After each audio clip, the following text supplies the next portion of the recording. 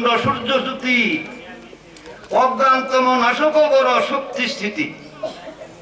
অজ্ঞানে পাপ করলে সেই পাপ খণ্ডন হয়। রাকারে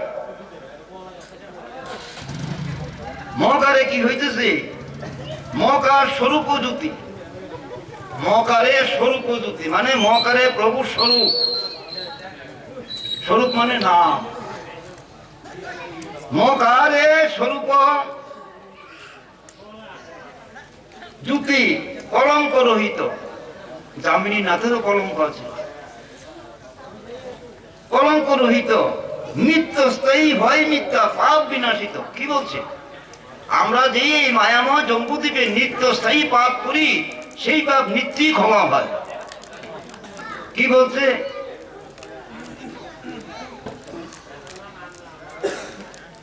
মকার স্বরূপ জ্যোতি কলঙ্ক রহিত নিত্য স্থায়ী ভয় মিথ্যা পাপ বিনাশিত। আমরা জগতে এই মায়ের জগতে যত কর্ম করি মিথ্যা বলি সেই পাপ নিত্যের পাপটা নিত্যই ক্ষমা হয় শুধু হরিনাম জপ করে। এইরকম মহা ঔষধ জীবের, ওষুধও লাগে না।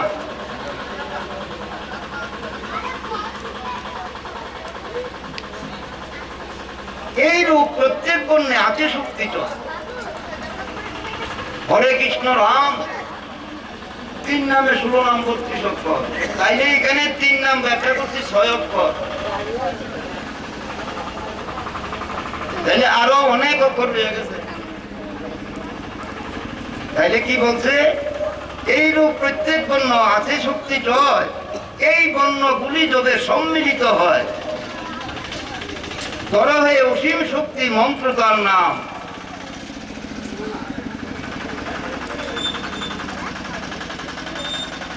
কি কইছে?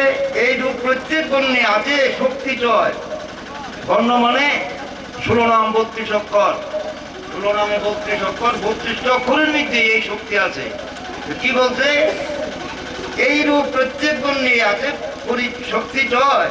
এই বর্ণগুলি যদি সম্মিলিত হয়, যখন এই 32টা অক্ষরে সম্মিলিত হয় তখন কি হয়? ধরো হে অসীম শক্তি মন্ত্র তার নাম। 16 নাম 32 অক্ষর জগতে প্রচার। পাপ তাপ ভীত জীব শুনো উপদেশ। হরে কৃষ্ণ রাম নামে দূর করো ক্লেশ। কলিকালে তরিবারে হরিবার হরিনাম ভজ। গুরু পাশে ভব শিক্ষা লইয়ে পদ রজ। গুরু পদে শিক্ষা লইতে হবে। কেন বলছে কথাটা? শিক্ষা মন্ত্র লওয়ার জন্য কেন বলছে? শিক্ষা গ্রহণ করলেই বৈরাগ্য ভাব আসে। বৈরাগ্য ভাব যখন না আসে তখন আত্মজ্ঞান আসবে। আত্মজ্ঞান যখনই আসবে তখন ভক্তি সঞ্চার হবে। ভক্তি দিয়ে ভগবান প্রাপ্ত করে জীব। ভক্তি ভগবান, ভক্তি ছাড়া ভগবান পাওয়া যায় না। ভক্তি ভগবান।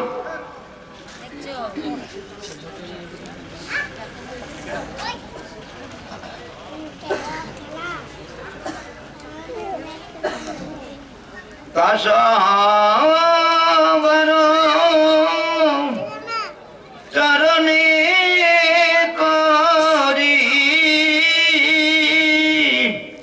করিয়া নমস্কার। শ্রীহরির কথা শোন পর্চাতে